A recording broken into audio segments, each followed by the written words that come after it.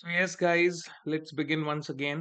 मेरा नाम है आशीष सचदेव और इस वीडियो लेक्चर सीरीज में हम लोग डिस्कस कर रहे हैं standards on auditing for your CA intermediate syllabus. हम सारे ही टॉपिक्स को प्रॉपरली कवर करने वाले हैं यहाँ पे। एंड अगर आप मेरे चैनल पे नए हैं so it is my humble request कि आप चैनल को सब्सक्राइब करें, वीडियो को लाइक करें दबा करके, शेयर करें इसे अपने दोस्तों के साथ जो कि ऑडिट सीखना और पढ़ना चाहते हैं।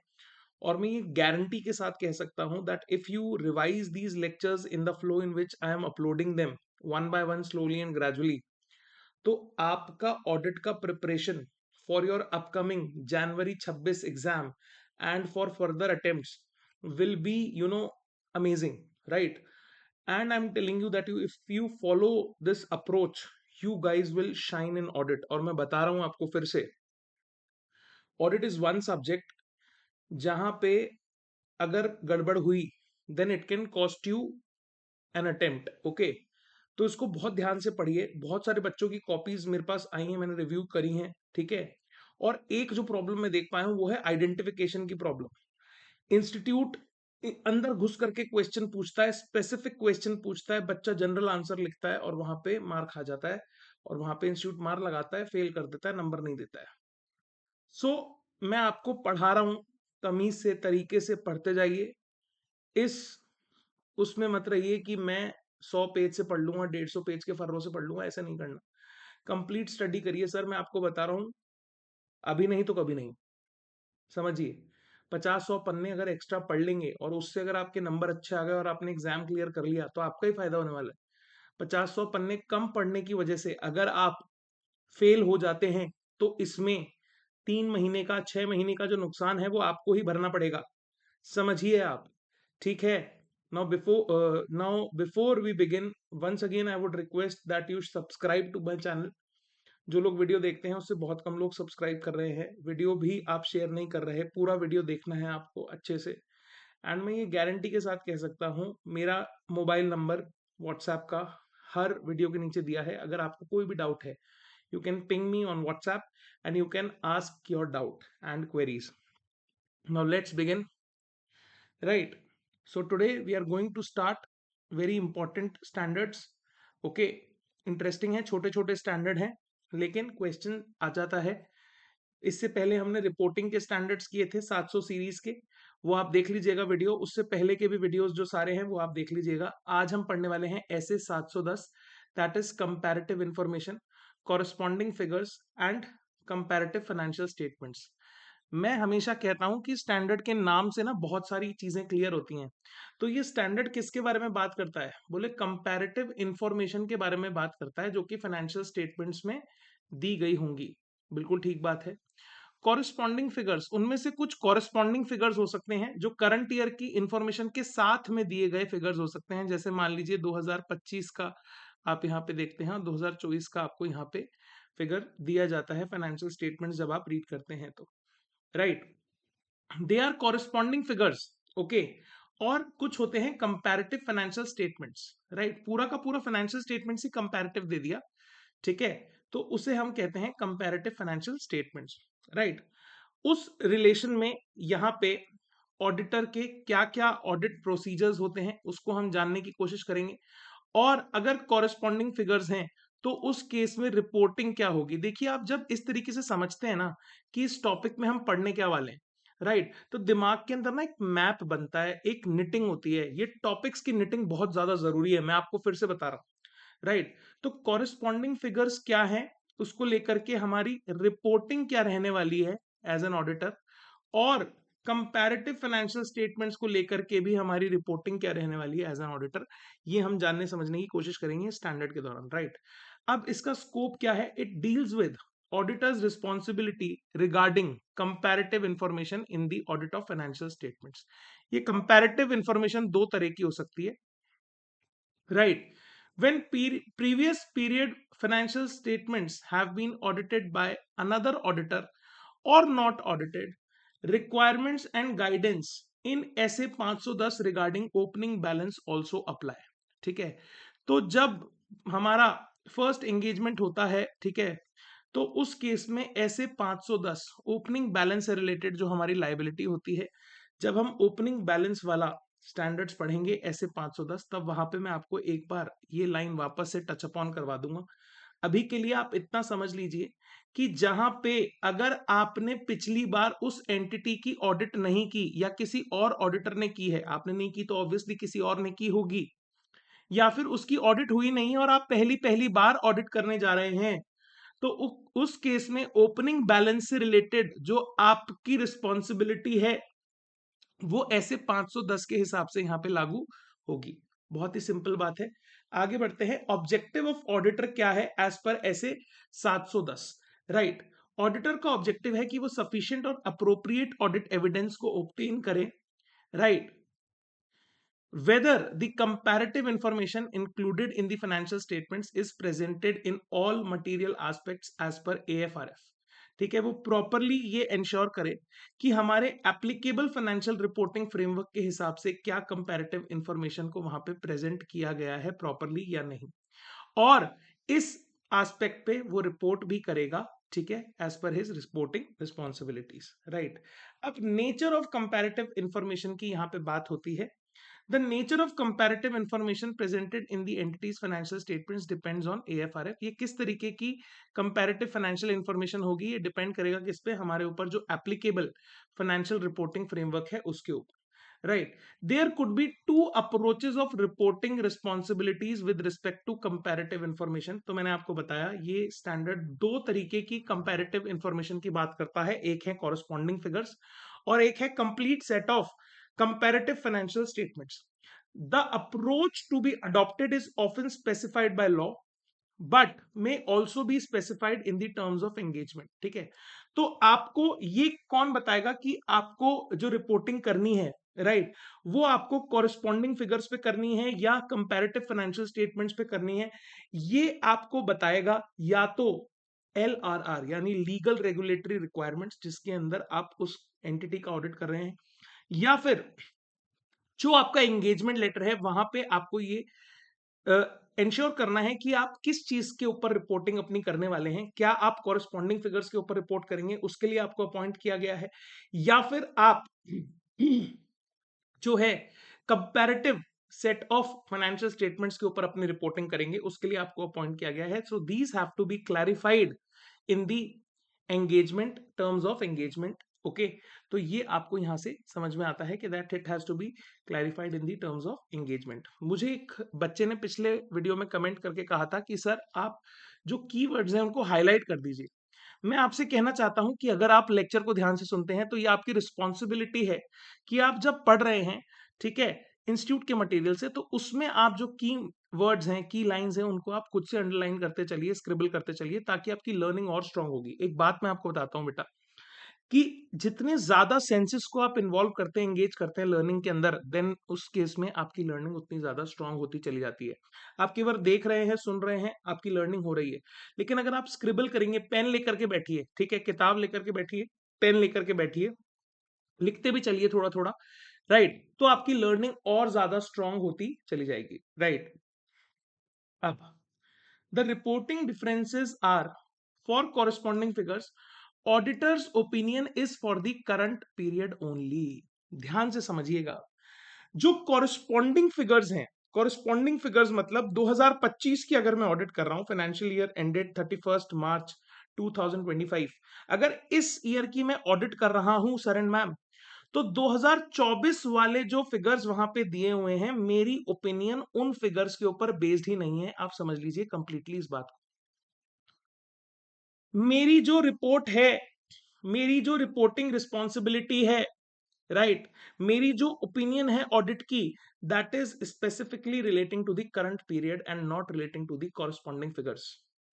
हाउएवर, अगर मैं कंपैरेटिव फाइनेंशियल स्टेटमेंट्स की ऑडिट करता हूं, okay, try to understand, comparative entire set of comparative financial statements की अगर मैं ऑडिट करता हूं, वहां पे मेरी ओपिनियन जो है it will cover all the periods of statements that are provided, okay. अगर मैं 2024 के स्टेटमेंट्स, 25 के कंप्लीट सेट ऑफ स्टेटमेंट्स की ऑडिट कर रहा हूं, कंपैरेटिव फाइनेंशियल स्टेटमेंट्स की, ध्यान रखिएगा corresponding figure is something different. You have been appointed as an auditor for the year ended 31 March 2025, और आप उस ऑडिट के दौरान फाइनेंशियल स्टेटमेंट्स में, क्योंकि एआरएफ बोलता है, तो आपको वहां पे कॉरेस्पॉन्डिंग फिगर्स मिलते हैं। तो क्या आप उस कॉरेस्पॉन्डिंग फिगर्स की भी ऑडिट करेंगे, अपनी ओपिनियन को उन कॉरेस्पॉन्डिंग फिगर्स के ऊपर भी बेस करेंगे? Answer is no. Okay, auditor's opinion is for the current period only in case of corresponding figures. ध्यान रखिए, ये जनरल है, जनरल रूल है, general rule. Sir general rule है तो हर केस में ये अप्लाई होगा? हाँ होगा, लेकिन there will be exceptions, I will tell you. मैं अपने इस स्टेटमेंट को कॉन्ट्राडिक्ट करूंगा अभी थोड़ी देर बाद।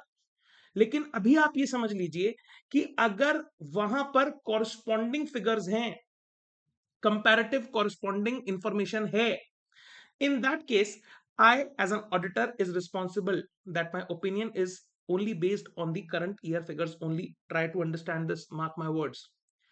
वापस बोल देता हूं, अगर वहां पे कॉरस्पॉन्डिंग फिगर्स हैं तो मेरी ओपिनियन जो है वो करंट ईयर के फिगर्स पे ही बेस्ड है, दैट्स इट, सिंपल। लेकिन अगर मैं complete set of financial statements की ऑडिट कर रहा हूं जो कि कंपैरेटिव हैं, एक से ज्यादा साल के हैं, कंपैरेटिव हैं, देन इन दैट केस मेरी opinion will cover each period for the statements are provided, for which the statements are provided. My dear friends, try to understand this, okay? This is very very important, okay? भी थोड़ी देर बाद मैं आपको और deep में कुछ पढ़ाऊंगा, लेकिन अभी के लिए आप इतना समझते हुए चलिए। ओके जी, यहां पे तीन टर्म्स का मतलब हमें समझना बहुत ज्यादा जरूरी है।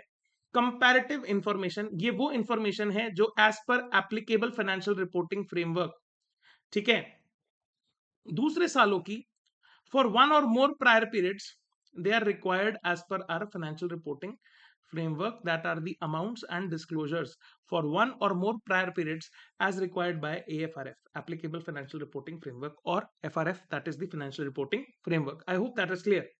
कॉरेस्पॉन्डिंग फिगर मैंने आपको बताया, amounts disclosures for prior period shown as an integral part of current period financial statements and refer to in relation to current period figures only. Level of detail for this comparative amounts or disclosures is dictated by FRF and the current period figures. Okay, इनको उतना ही detail में लिखेंगे जितना हमारा financial reporting framework हमारे को लिखने के लिए कहता है, और ये केवल एक सबऑर्डिनेट है for the current year figures, nothing more than that. Okay, comparative set of financial statements is comparative information for prior period shown as a distinct set of financial statements. Please try to understand, there are separate set of financial statements for a different year with equal prominence as current period, but if audited referred to separately. लेकिन अगर हमारी responsibility as an auditor engagement के हिसाब से, terms of engagement के हिसाब से, या LRR के हिसाब से, लीगल रेगुलेटरी रिक्वायरमेंट के हिसाब से, इस कंपैरेटिव फाइनेंशियल स्टेटमेंट्स को ऑडिट करने की होती है, then in that case I'll include all those financial statements separately and my opinion will be based on all the financial statements separately presented. Okay, however in case of corresponding figures, sir and ma'am, my reporting responsibility relates to only the current year.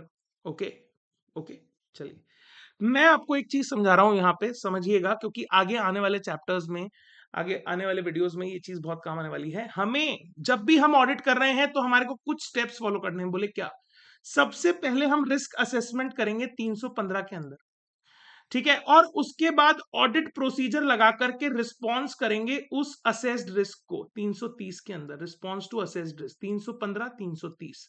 तो risk assessment is the first stage, audit procedure को लगाना is the second stage. उसके बाद हम audit evidence collect करेंगे ऐसे 500 में, और उसके बाद रिपोर्ट करेंगे 700 के अंदर। ये एक सिंपल सा फ्लो है, आपको अपने दिमाग में याद रखना है, किसी भी स्टैंडर्ड के अंदर ये फ्लो चलता है, ध्यान से समझ लीजिए। रिस्क असेसमेंट करूंगा, एंटिटी के नेचर को समझूंगा, बिजनेस को समझूंगा, रिस्क को असेस करूंगा, उसके बाद ऑडिट प्रोसीजर्स लगाऊंगा, असेस रिस्क के ऊपर अपना response as an auditor ensure करूंगा, और ऑडिट एविडेंस को ऑब्टेन करूंगा जो कि सफिशिएंट एंड अप्रोप्रिएट होनी चाहिए, और उसके बेसिस पे अपनी ओपिनियन को फॉर्म करके रिपोर्ट करूंगा as per the standards. Okay, ऐसे यही मेरा ओवरऑल ऑब्जेक्टिव है, ठीक है। अगर आप ऐसे 200 ठीक से पढ़ा होगा तो आपको ये चीज समझ में आ रही होगी, राइट? तो आप जाकर के लेक्चर नहीं पढ़ोगे, पूरा नहीं देखोगे, दिक्कत आपके साथ होगी, मेरे साथ नहीं होगी, राइट? मैं चार्टर्ड अकाउंटेंट बन चुका हूं, मैं अपना काम कर रहा हूं, जीवन जी रहा हूं, आपके लिए इंपॉर्टेंट है, टाइम दीजिए, पढ़ाई करिए। आगे बढ़ते हैं। Audit procedures relating to comparative information. Now this is common. Comparative information includes both what? Corresponding figures as well as comparative financial statements. Okay, ध्यान रखिएगा इस बात को. Comparative information includes both. तो यहाँ पे जो audit procedure हम बता रहे हैं, they are common for corresponding figures and for comparative financial statements. Okay, ध्यान रखिएगा, कोई भी क्वेश्चन है कंफ्यूज नहीं होना है, ध्यान से समझिए मैं क्या बोल रहा हूँ. ठीक है. Comparative financial statements, comparative information एक बड़ा वर्ड है, उसके अंदर दो चीज आती है. कौन कौन सी? एक आती है कॉरस्पॉन्डिंग फिगर्स, एक आती है कंपैरेटिव फाइनेंशियल स्टेटमेंट्स. ठीक, समझ में आ रहा है? ओके सर, आगे बढ़ते हैं. तो यहां पे हमें क्या करना है? बोले सर चेक करना है, कंपेयर करना है, कंसिस्टेंसी देखनी है, करेक्टनेस चेक करनी है और कंफर्म करना है. अब ये क्या है? ये कुछ स्टेप्स हैं, ये ऑडिट प्रोसीजर के स्टेप्स हैं. आपको याद करने के लिए मैंने यहाँ पे चेक, कंपेयर, करेक्ट, कंफर्म लिखा है. ठीक है ना, याद हो जाएगा. क्या चेक करना है? ये चेक करना है कि हमने जो अकाउंटिंग पॉलिसीज लगाई हैं, ठीक है, हमारे जो अकाउंटिंग एस्टिमेट्स हैं, अकाउंटिंग पॉलिसीज हैं, क्या वो हर पीरियड में, जो हमारा कंपैरेटिव पीरियड है करंट वाले के साथ, उसमें कंसिस्टेंटली अप्लाई हो रही हैं या नहीं. अगर उसमें कंसिस्टेंसी नहीं है तो क्या उसे प्रॉपरली अकाउंट फॉर किया गया है? अगर कोई चेंज हुआ है तो उसे डिस्क्लोज किया गया है, उसे प्रॉपरली प्रेजेंट किया गया है, हाँ या ना? पहला ये है कि हमें ये चेक करना है. और एक और चीज चेक करनी है कि हमारी जो कंपैरेटिव इंफॉर्मेशन है, अकाउंट्स, अमाउंट्स हैं, वो हमारे पुराने वाले से मैच तो करता है. Check whether comparative information agrees with amounts and other information presented in prior period. पिछले वाले से हमारे वाले ये मैच तो हो रहे हैं ना, जो इस वाली रिपोर्ट में हम corresponding figures, comparative financial statements दिखा रहे हैं, ठीक है, वो पिछली वाली रिपोर्ट से तो मैच हो रहे हैं. इतना तो इंश्योर कर लो दोनों सेम है या नहीं. फिर इंश्योर करो कि accounting policies in comparative information is consistent with the current period policies. अगर कंसिस्टेंट नहीं है, कोई चेंज है, then they are properly ADP यानी accounted, document, disclosed and presented. If auditor becomes aware of possible misstatement in the comparative information, additional audit procedures to determine material misstatement are there. He has to apply. अगर उसको लगता है, auditor को लगता है कि यहां पे पॉसिबिलिटी ऑफ मिस स्टेटमेंट हो सकता है इन द कंपैरेटिव इंफॉर्मेशन, तो वो क्या करेगा? एडिशनल ऑडिट प्रोसीजर्स लगाएगा. अगर ऑडिटर ने प्रायर पीरियड भी ऑडिट किया था, then he will apply SA 560 that relates to subsequent event. Okay, that relate to subsequent events. ध्यान रखिएगा, अगर ऑडिटर ने ही पिछली बार ऑडिट किया था तो वो ऐसे 560 की एप्लीकेबिलिटी को भी इंश्योर करेगा. तो ये करेक्ट करने की बात हुई, कंपेयर करने की बात हुई, कंसिस्टेंसी चेक करने की बात हुई, करेक्ट करने की बात हुई चीजों को, मिस स्टेटमेंट वगैरह है तो.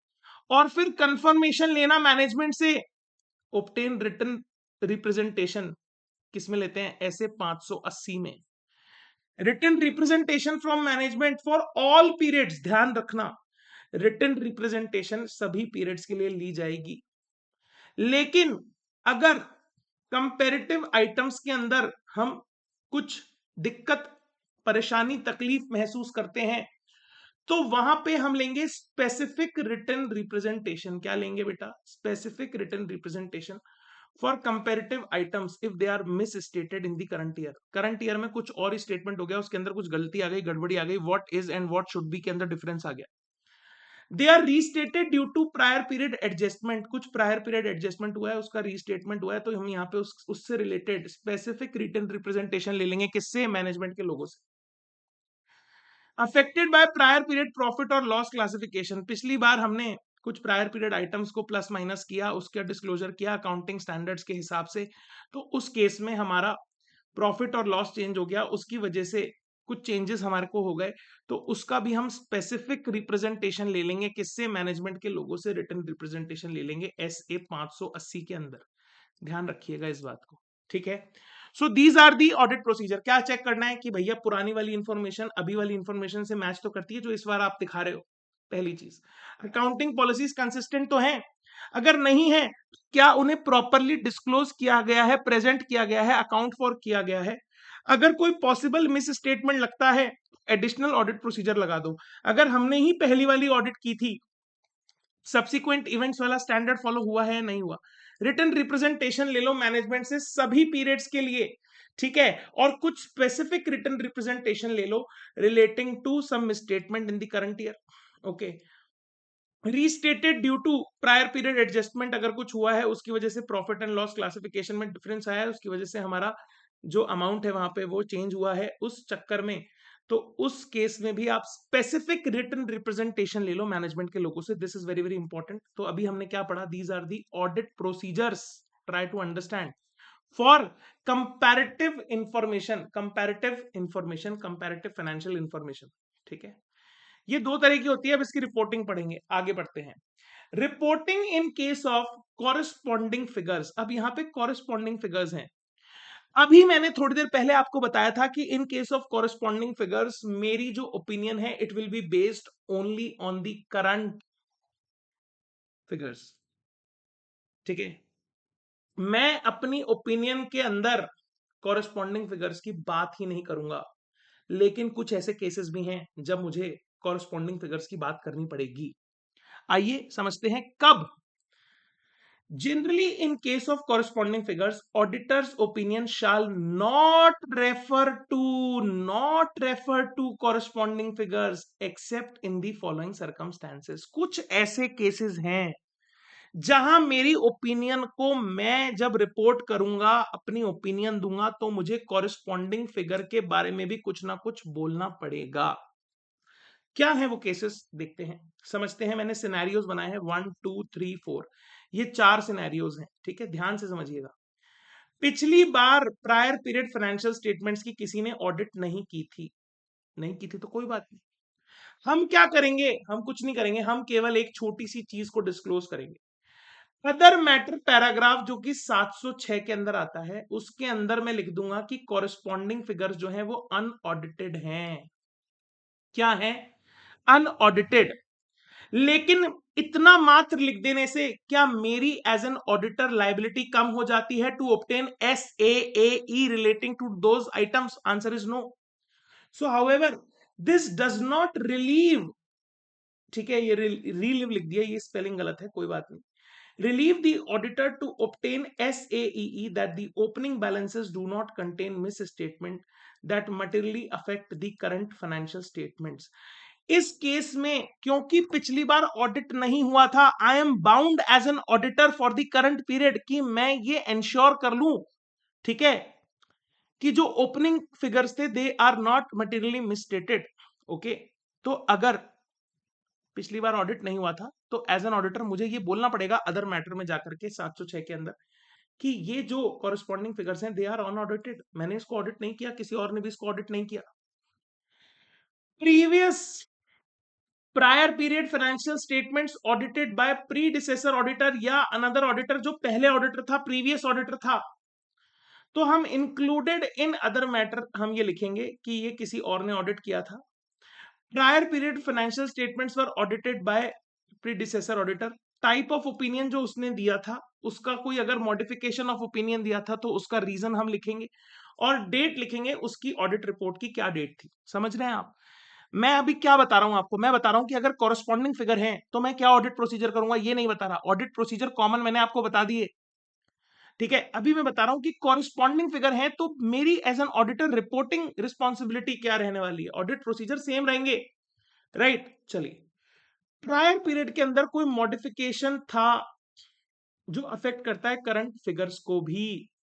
If prior period report was modified and issue is unresolved, अगर रिजॉल्व हो गया तो कोई दिक्कत नहीं है, मैं कुछ नहीं बोलूंगा। लेकिन अगर वो इशू अनरिजॉल्व्ड है, auditor needs to modify current audit report with respect to क्या? करंट फिगर नहीं, ओनली कॉरेस्पॉन्डिंग फिगर। ध्यान रखिएगा ये बात। मैंने देखा कि पिछली बार जो कॉरेस्पॉन्डिंग जहां पे फिगर आ रहे हैं, ये वाली ऑडिट रिपोर्ट के अंदर मॉडिफिकेशन था जिसका इंपैक्ट जो है मेरे करंट ईयर फिगर्स के ऊपर भी आ रहा है, कंपैरिजन के ऊपर आ रहा है। तो इस केस में मैं अभी वाली रिपोर्ट को भी मॉडिफाई करूंगा, with respect to corresponding figures, not with respect to current figures. ध्यान रखिएगा, with respect to corresponding figures and not with respect to current figure. मैं अपने बेसिस फॉर क्वालिफिकेशन में ये लिंक करूंगा impact of unresolved issues on current figures. क्या linkage है वो मैं दूंगा, किसमें? बेसिस फॉर ओपिनियन पैराग्राफ के अंदर, बेसिस फॉर क्वालिफिकेशन के अंदर। ठीक है।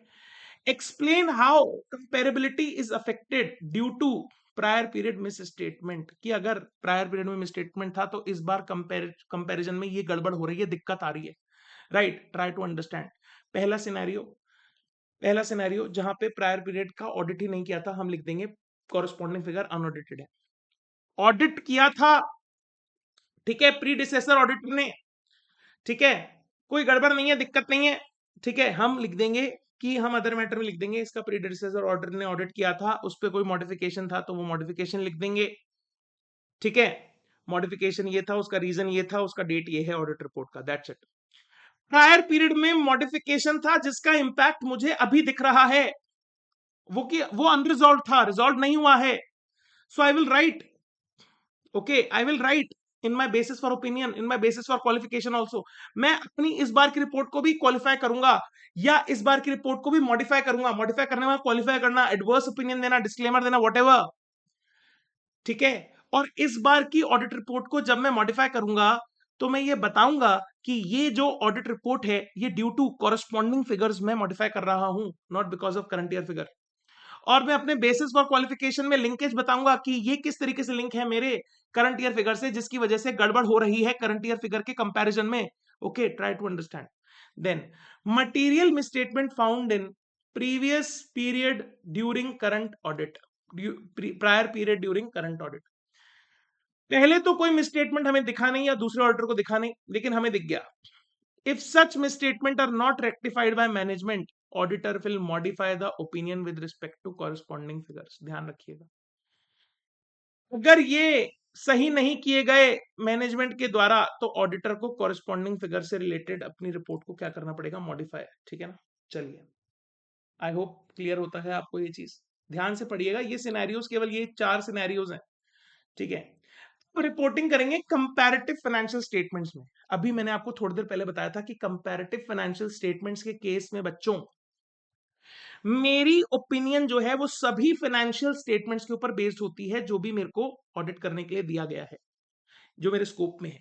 राइट, अब यहां पे हम समझते हैं, generally in case of comparative financial statements auditor's opinion must refer to each period on which audit opinion is expressed. लेकिन अगर प्रायर पीरियड में ऑडिट नहीं हुआ था तो हम लिखेंगे अनऑडिटेड। ठीक है, सेम सेम है, बिल्कुल सेम है, ऊपर वाला जैसा बिल्कुल। प्रीवियस ऑडिटर ने, प्रीडिसेसर ऑडिटर ने रिपोर्ट किया था तो हम लिखेंगे, उसने अगर कोई मॉडिफिकेशन दिया था वो लिखेंगे, उसका रीजन लिखेंगे, डेट लिखेंगे। उसके बाद इफ द करंट ऑडिटर्स, ये नया है यहां पे आप देख लीजिए, ये थोड़ा चेंज है, मैं आपको पढ़ा देता हूं। If current auditor's opinion on prior period financial statement differs from earlier opinion, पहले कुछ ओपिनियन थी लेकिन अब डिफरेंट हो रही है ओपिनियन, ठीक है, फाइनेंशियल स्टेटमेंट्स पे, he must disclose substantive reasons in the other matter paragraph, की मेरी ऑडिट रिपोर्ट जो है ना वो प्रायर पीरियड के जो फाइनेंशियल स्टेटमेंट्स हैं, जो कंपैरेटिव फाइनेंशियल स्टेटमेंट्स हैं, उसके ऊपर डिफरेंट है due to these reasons. Okay, very very important, so आप इसको मार्क कर लीजिए, इंपॉर्टेंट है, ये ऊपर वाले में नहीं था सिनेरियो। ओके, चलिए, उसके बाद material misstatement found in prior period, earlier it was unmodified, so the auditor shall communicate this to TCWG. Management can request the previous auditor to issue a fresh report, कि भाई एक नई report issue कर दो। और अगर auditor पुराना वाला फ्रेश रिपोर्ट इशू कर देता है तो ऑडिटर जो है हमारा अभी वाला जो ऑडिटर है वो क्या करेगा, वो केवल करंट पीरियड के ऊपर रिपोर्टिंग देगा, पिछली वाले के ऊपर रिपोर्टिंग नहीं देगा। लेकिन अगर वो पिछली वाली ओपिनियन को सही नहीं करता, ठीक है, तो फिर हम वापस से बताएंगे, ठीक है, कि क्या प्रॉब्लम है, ठीक है, और हमारा ओपिनियन उसको लेकर के चेंज क्यों है। ठीक है, ये सब चीजें हमें करनी पड़ेंगी। राइट, तो ये कुछ सिनेरियोज हैं रिपोर्टिंग से related for corresponding figures and comparative financial statements. I hope आपको यहाँ पे स्टैंडर्ड क्लियर हुआ होगा। ठीक है, स्टैंडर्ड में इतना ही है, लेकिन क्वेश्चन ना यहाँ पे घुस के पूछता है, पता है क्या? रिपोर्टिंग बताओ आप कंपैरेटिव फाइनेंशियल स्टेटमेंट्स की, ऐसे 710, वेरी वेरी इंपॉर्टेंट। ठीक है, क्वेश्चन आता है, बच्चे को नहीं आता है क्योंकि स्पेसिफिक क्वेश्चन पूछेगा, मैं आपको बता रहा हूँ, राइट? तो फेल हो सकते हो आप यहाँ पे, इंस्टीट्यूट बहुत गंदी तरीके से मार लगाता है यहाँ पे। ठीक है, नेक्स्ट टॉपिक हमारा ऐसे 600। ठीक है, using the work of other auditor और ब्रांच ऑडिट। तो ब्रांच ऑडिट से रिलेटेड कुछ चीजें पढ़ लेते हैं। तो section 128 of companies act, every company must prepare and keep books of account at the registered office showing a true and fair view of the state of affairs including branch offices. तो यहाँ पे branch offices के भी accounts, books of accounts maintain करने हैं, किसको? Company को, as per companies act. ये छोटा सा कंपनीज एक्ट का जो पार्ट है कंपनी ऑडिट का, ये भी हम ब्रांच ऑडिट का यहीं कवर कर रहे हैं विद एसए 600। इसके बाद लेकिन मैंने ये सोचा है कि कंपनी ऑडिट से रिलेटेड जो भी हमारा पोर्शन रहेगा, कारो रहेगा, 143(3) वाली रिपोर्टिंग रहेगी, रिस्पॉन्सिबिलिटीज ड्यूटीज जो भी रहेगी, वो हम फ्रॉड रिपोर्टिंग रहेगी, वो हम आगे अलग से कवर करेंगे। इसके बाद जो हमारा स्टैंडर्ड्स का फ्लो है उसको हम कंटिन्यू करेंगे, लेकिन ये छोटा सा टॉपिक था तो मैंने इसको यहाँ पे कवर कर लिया। Books can be kept at places decided by the board. वैसे तो उन्हें आपको रजिस्टर्ड ऑफिस पे रखना है, ठीक है, लेकिन उसे अदर जगह भी रख सकते हैं, other than registered office, provided notice is filed with registrar with in 7 days। ठीक है, तो ये आपको इंश्योर करना है। कंपनीज में keep books and papers in electronic mode as may be prescribe. तो इसके रिगार्डिंग रूल्स बने हुए हैं, राइट, वो आप कंपनीज लॉ में पढ़ते हैं। फॉरेन ब्रांचेस के केस में if a company has overseas branch, keeping proper books at the branch office is sufficient for compliance. उसके ब्रांच ऑफिस पे, अगर वो फॉरेन में ब्रांच है, वहीं पे आपको रखने हैं। ठीक है, ड्यूटीज क्या है इन केस ऑफ ब्रांच ऑडिट? 143(8) में दिया हुआ है। ठीक है, ध्यान रखना ये। Accounts of branch office India या अब्रॉड जो भी है, they can be audited by companies auditor. जो कंपनी की ऑडिट कर रहा है वो भी ऑडिट कर सकता है। कोई other qualified auditor as per section 139, ठीक है ना, वो ऑडिट कर सकता है। Auditor qualified under laws of foreign country for foreign branches. ठीक है, तो जो भी eligible to become an auditor है वो ही ऑडिट करेगा, ध्यान रखिएगा इस बात। ब्रांच की जो ऑडिट रिपोर्ट है, ये रिपोर्ट करेगी कंपनी के ऑडिटर को। ठीक है, इसमें किसको रिपोर्ट करेगी ब्रांच की ऑडिट रिपोर्ट? कंपनी के ऑडिटर को। ठीक है, who incorporates the findings in the main audit report. जो क्या करेगा? मेन ऑडिट रिपोर्ट के अंदर अपनी फाइंडिंग्स को इनकॉर्पोरेट करेगा रिलेटिंग टू ब्रांच, ध्यान रखिएगा। ठीक है, rule 12 audit and auditors rules 2014 का क्या कहता है? Branch auditor must submit report to company's auditor and report any branch fraud. ठीक है, तो फ्रॉड से रिलेटेड भी कोई रिपोर्टिंग है वो कौन? ब्रांच ऑडिटर किसको करेगा? कंपनी के ऑडिटर को, राइट। तो ये कुछ कंपनीज एक्ट से रिलेटेड ब्रांच ऑडिट को लेकर के चीजें थी। अब कंपनी का ऑडिटर ऐसे 600 में उसका नाम बदल दिया, उसको बोलते हैं प्रिंसिपल ऑडिटर।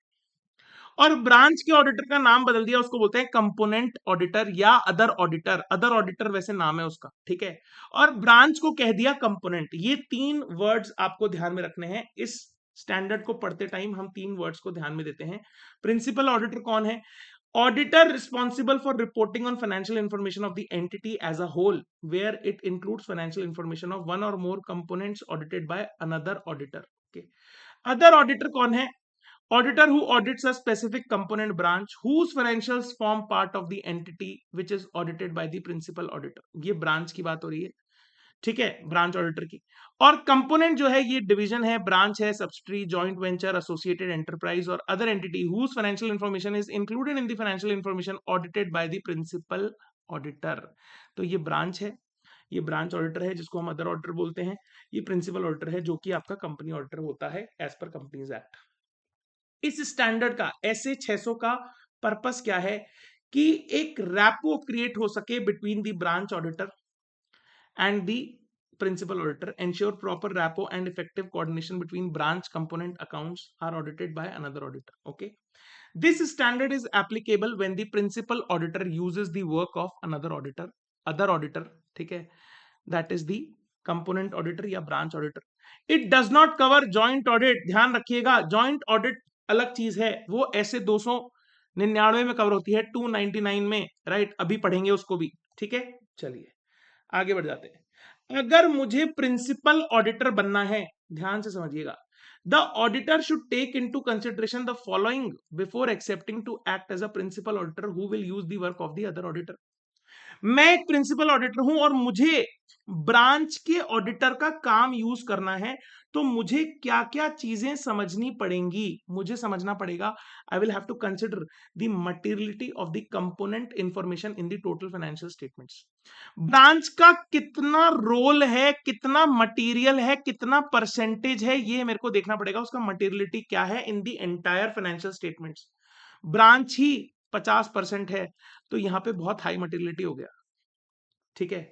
ब्रांच 60% है, हाई मटेरियलिटी। ब्रांच 5% है, इमटेरियल है, ज्यादा कुछ इशू नहीं है, ठीक है। फिर रिस्क के ऊपर भी मटेरियलिटी डिपेंड करती है, so it depends. I will have to consider the materiality of component information in the total financial statements.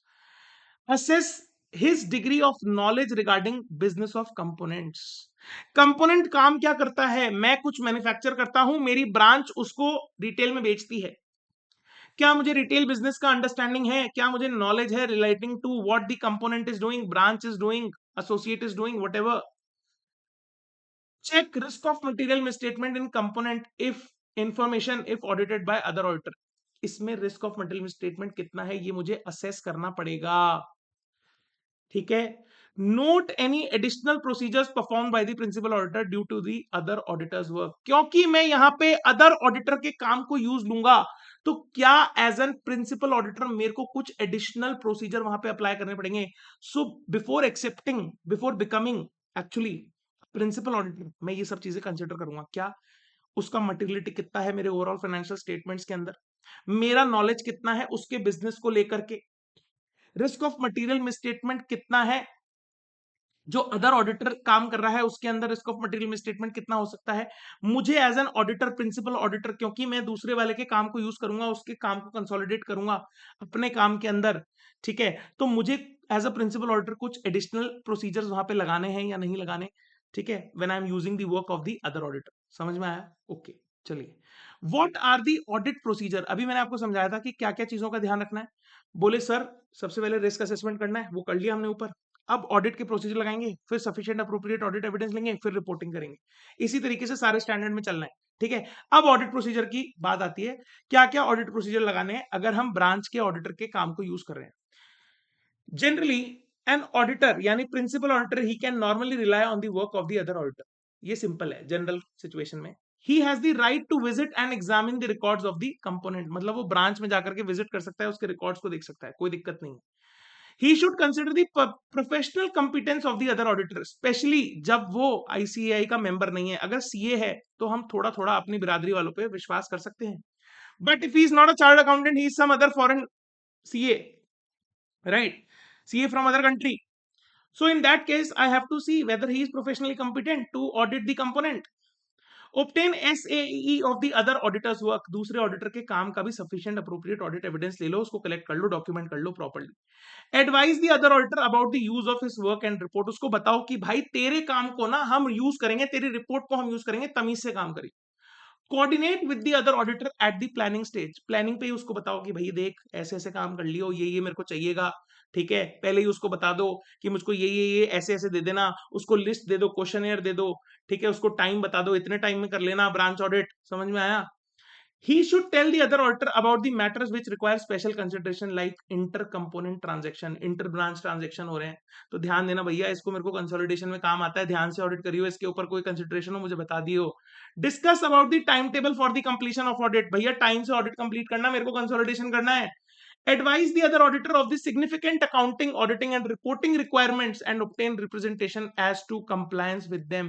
ठीक है, तू लिख के देगा मेरे को, तू मेरे को रिप्रेजेंटेशन देगा क्या, कि मैंने जो रिपोर्टिंग रिक्वायरमेंट्स थी उसको कंप्लाई किया है, ऑडिटिंग रिक्वायरमेंट्स को कंप्लाई किया है, रिपोर्टिंग रिक्वायरमेंट्स को, अकाउंटिंग रिक्वायरमेंट्स को कंप्लाई किया है।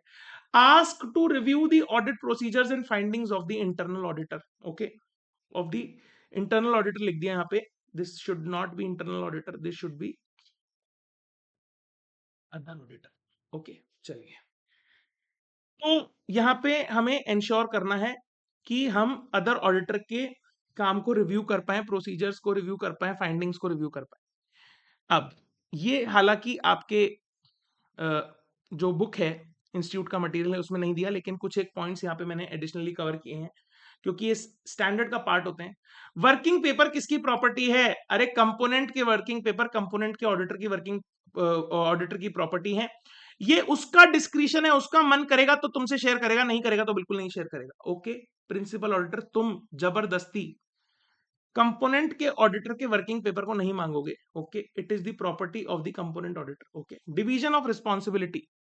तो यहां पे जो हमारा प्रिंसिपल ऑडिटर है, he is not responsible for the work of the other auditor. वो अदर ऑडिटर का काम है, ब्रांच में उसने काम किया है, प्रिंसिपल ऑडिटर के ऊपर उसकी लाइबिलिटी नहीं आती। However, if he chooses to apply additional procedure on the work of the other auditor due to suspicion about the reliability of the work, he becomes responsible. उसको लग रहा है कि इसने ना ढंग से काम नहीं किया, तो मैं कुछ एडिशनली चेकिंग कर लूं, किसकी? कंपोनेंट ऑडिटर के काम की, उस कंपोनेंट को मैं चेक करूं, तो फिर जो काम तुमने किया उसके लिए तो तुम ही रिस्पॉन्सिबल होगे ना। समझ रहे हो मेरी बात? ठीक है, चलो next. The principal auditor should clearly state in the report about the division of responsibility कि मैं इस काम के लिए बिल्कुल भी लायबल नहीं हूं। ठीक है, ये ऑडिट जो है ब्रांच ऑडिटर्स ने की है, एंड दैट ये भी स्टेट करना है components have been audited by the other auditor. Okay, other matter में आपको ये रिपोर्ट करना होता है। ठीक है, ऑडिटर्स रिस्पॉन्सिबिलिटी में भी लिख सकते हैं, राइट। अगर आपने मेरा रिपोर्टिंग वाला चैप्टर ढंग से पढ़ा होगा तो वहां पे आपको पता होगा इसको कहाँ पे शो करना है। आप नीचे कॉमेंट्स में मुझे बताएंगे, राइट। वैसे मैंने आंसर दे दिया है बट फिर आप बताएंगे, right. Principal auditor will modify his opinion about the audit of components अगर he concludes that work of other auditor cannot be used by him, वो यूज ही नहीं कर सकता दूसरे ऑडिटर के रिपोर्ट को, तो वो अपनी रिपोर्ट को relating to the components he will modify, बोलेगा आई डिस्क्लेमर ऑफ ओपिनियन दे देगा, एडवर्स ओपिनियन दे देगा, क्वालिफिकेशन दे देगा। He is unable to obtain SAEE and apply, unable to obtain sufficient and additional, apply sufficient, यहाँ पे अप्लाई होगा, right. Apply, unable to apply sufficient and additional procedures regarding component audited by the other auditor। Okay, चलिए, तो यहाँ पे ये 2-3 points थे, हालांकि ये आपकी बुक में नहीं थे बट मुझे ऐसा लगता है स्टैंडर्ड को समझने के लिए बहुत ज्यादा जरूरी है, तो मैंने यहाँ पे कवर कर लिया। Next topic that is relating to joint auditors. Who are joint auditors? ठीक है, जब एक एंटिटी का ऑडिट करने के लिए एक से ज्यादा ऑडिटर्स को अपॉइंट किया जाता है, they are called as joint auditors. Sir ये क्यों अपॉइंट किया जाता है? कई कई बार लीगल रेगुलेटरी रिक्वायरमेंट्स की वजह से, कई कई बार साइज ऑफ द एंटिटी इतना बड़ा है, कॉम्प्लेक्स है, तो शेयर होल्डर्स ही ये डिसाइड करते हैं we will have more than one auditors. So all these auditors are jointly called as joint auditors. Okay, joint audit को रखने के, जॉइंट ऑडिटर्स को रखने के कुछ फायदे हैं, कुछ नुकसान है। फायदे क्या है आइए पढ़ते हैं, और नुकसान क्या है आइए समझते हैं। एडवांटेजेस हैं, शेयर्ड एक्सपर्टीज, कोई किसी काम में महारत है, किसी की किसी काम में है तो अच्छा काम करेंगे। एडवांटेज ऑफ म्यूचुअल कंसल्टेशन, आपस में मिल बांट के काम करेंगे, वर्कलोड कम हो जाएगा, बेटर क्वालिटी ऑफ परफॉर्मेंस हो जाएगी, improved service to the client मिलेगी। In respect of multinational companies जो कि मल्टीपल कंट्रीज के अंदर ऑपरेट करती हैं, लोकल लॉस के बारे में लोकल फर्म्स को पता होता है, so they can deal in local laws properly. Lower staff development cost, क्योंकि बहुत सारे लोग इन्वॉल्व हैं, मल्टीपल फर्म्स इन्वॉल्व हैं, वो अपना स्टाफ अपने आप डेवलप करेंगी। Lower cost to carry out the work obviously, ठीक है। Sense of healthy competition towards a better performance, तो आपस में देखेंगे कि उसकी अच्छी रिपोर्ट मेरी अच्छी रिपोर्ट नहीं है, ऐसा वैसा, तो अच्छा काम करेंगे सब एक दूसरे को देख के। इसकी गलत बातें क्या हैं, डिसएडवांटेजेस क्या हैं? फीस बीइंग शेयर्ड, कम फीस मिलेगी, ठीक है। ऑब्वियसली जो फीस है वो पूरी बढ़ जाएगी, मान लो 10 लाख फीस है, 3 ऑडिटर हैं तो सबको 3.33 लाख मिलेगी। ओके, इस तरीके से, ठीक है ना। Psychological problem where firms of different standing are associated in joint audit, एक तो भैया बिग फोर है, एक छोटी सी फर्म है, ठीक है ना। तो यहाँ पे हो सकता है कि बिग फोर वाले अपने आप को बिग शॉट समझें, छोटी फर्म वाले बेचारे थोड़े से ऐसे रहें, ठीक है ना। या फिर छोटी फर्म वाले खतरनाक हो, ठीक है, बिग फोर वालों की बैंड बजा के आ जाए तो कोई दिक्कत नहीं है, ऐसा हो सकता है कभी भी, ठीक है ना। General superiority complex of some auditors. Okay, कुछ ऑडिटर्स अपने आप को सुपीरियर समझ सकते हैं, काम वाम नहीं करेंगे, ठीक है, ऑर्डर चलाते रहेंगे दूसरों के ऊपर। Problems of coordination of work, हो सकता है आपस में कोऑर्डिनेट नहीं कर पा रहे। Areas of work of common concern being neglected, जो कॉमन है वो कहेगा यार ये तो सभी को ही देखना है, मैं क्यों देखूं, ठीक है, ऐसा हो सकता है ना। Uncertainty about the liability of the work done, ठीक है, तो अगर प्रॉपरली डॉक्यूमेंट नहीं किया गया तो ये अनसर्टेन हो सकता है, वैसे ही अनसर्टेन होता नहीं है क्योंकि प्रॉपरली डॉक्यूमेंट किया जाता है। अब ये स्टैंडर्ड कहता है कि at the planning stage only all engagement partners and audit team members should be involve. Audit strategy must be jointly established, nature timing and direction of the audit properly, हम joint मिल बांट करके जो भी engagement partners हैं जिस भी firm के, वो सब बैठेंगे, पूरी टीम बैठेगी और फिर हम स्ट्रेटजी बनाएंगे। Before commencement of audit the joint auditor should jointly decide about की डिवीजन ऑफ ऑडिट एरिया, कौन कौन सा डिवीजन किसको करना है, कॉमन ऑडिट एरियाज कौन से रहेंगे, रिपोर्टिंग ऑब्जेक्टिव क्या रहेगा एंगेजमेंट का, नेचर टाइमिंग एक्सटेंट क्या रहेगी रिसोर्सेज की जो हमें रिक्वायर होंगे जॉइंटली और अलग अलग, right. Consider results of preliminary engagement activities, ठीक है। तो इनिशियल अगर एंगेजमेंट की कुछ एक्टिविटीज हैं उसके रिजल्ट्स को हम कंसिडर कर लें, सिमिलर एंगेजमेंट्स अगर परफॉर्म किए हैं पहले तो उनको कंसिडर कर लें। Consider and communicate the significant factors of the engagement, सबको सारी बातें पता होनी चाहिए। Joint auditor should assess the risk of material misstatement, communicate amongst each other, ठीक है। तो वो जॉइंटली असेस करेंगे, ठीक है, रिस्क ऑफ मटेरियल मिसस्टेटमेंट को। Joint auditor should discuss and document the एनटीई ऑफ ऑडिट प्रोसीजर, जो वो कॉमन जो यूज करेंगे या फिर स्पेसिफिक अलॉटेड एरियाज के ऊपर जो यूज करेंगे उसका प्रॉपर डॉक्यूमेंटेशन करो, उसको डिस्कस करो आपस में, ठीक है। मिल बांट के करना है सारा काम, अकेले अकेले नहीं करना है, ओके। जॉइंट ऑडिट करने जा रहे हो, joint auditor should obtain a common engagement letter and common MRL, okay. EL और एमआरएल जो है कॉमन होगा, ठीक है, लड़ाई नहीं करनी इसमें, ठीक है ना। Work allocation should be properly documented and signed by all the joint auditors, okay, ताकि कोई कॉन्फ्लिक्ट नहीं अराइज हो in future, okay. All joint auditors, कुछ ऐसे काम जिसके लिए सभी joint auditors severally and jointly liable हैं, राइट। वर्क जो उन्होंने डिवाइड नहीं किया, कॉमन ऑडिट वर्क एरिया सभी हैं, ठीक है, उसके लिए responsible liable.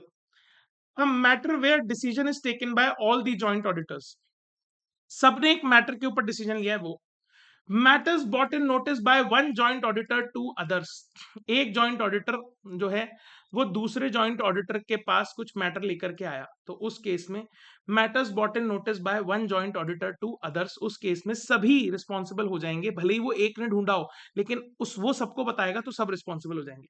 Presentation and disclosure of financial statements as per AFRF, एएफआरएफ वाले मैटर्स के ऊपर फाइनेंशियल स्टेटमेंट्स के सभी रिस्पॉन्सिबल है। Financial statements comply with requirements of relevant statutes, उसके लिए सभी रिस्पॉन्सिबल हैं। Ensure that audit report AR complies with relevant statutes, standards on auditing and other pronouncements by ICAI, तो इसके लिए सभी रिस्पॉन्सिबल हैं। ये तीनों चीजें जो स्टैट्यूट, एएफआरएफ और यहाँ पे ऑडिट रिपोर्ट, दो फाइनेंशियल स्टेटमेंट्स वाली और एक ऑडिट रिपोर्ट, राइट। तो ये की एरियाज हैं, इनको आप समझ लीजिए कि इसके लिए सभी जॉइंट ऑडिटर्स रिस्पॉन्सिबल हैं। रिपोर्टिंग की अगर बात करें तो रिपोर्टिंग कैसे करेंगे जॉइंट ऑडिटर्स, तो discuss the conclusion amongst each other, ठीक है। पहले जो भी कंक्लूजन ड्रॉ करें आपने वो सब आप मिलके डिस्कस कर लो। Generally there can be an agreed report by the joint auditors, मतलब एक रिपोर्ट दे सकते हैं वो लोग मिल करके अगर सब लोग अग्री करते हैं तो, ओके। हाउएवर अगर डिसएग्रीमेंट है they can issue separate reports. एक joint auditor is not bound by the views of majority of the joint auditors, so he can express his opinion in separate audit report, ठीक है। तो ऐसा नहीं है, आप you are not bound if you are a joint auditor by the views of others. When separate audit report is issued by joint auditor, state the same in other matter para SA 706, okay. तो ये कुछ reporting से related बात हो गई SA 299 से related. I hope आपको यहाँ पे ये चीजें क्लियरली समझ में आई होंगी, राइट। इस वीडियो को दबा करके शेयर करिए, अच्छे से पढ़िए, क्वेश्चन आंसर्स देख लीजिए, इस तरीके के क्वेश्चंस, ठीक है। स्पेसिफिक क्वेश्चन इंस्टीट्यूट पूछता है, फिर से कह रहा हूं, ठीक है। पढ़ाई करिए and you will shine in audit, mark my words, ठीक है। तमीज से पढ़िए, अच्छे से पढ़िए, वीडियो को दबा करके शेयर करिए अपने दोस्तों के साथ जो भी ऑडिट सीख रहे हैं, पढ़ रहे हैं। थैंक्स फॉर वॉचिंग, चैनल को सब्सक्राइब करिए। वंस अगेन थैंक यू अगर आप यहाँ तक वीडियो में बने हैं। Thanks for watching, have an awesome day, enjoy.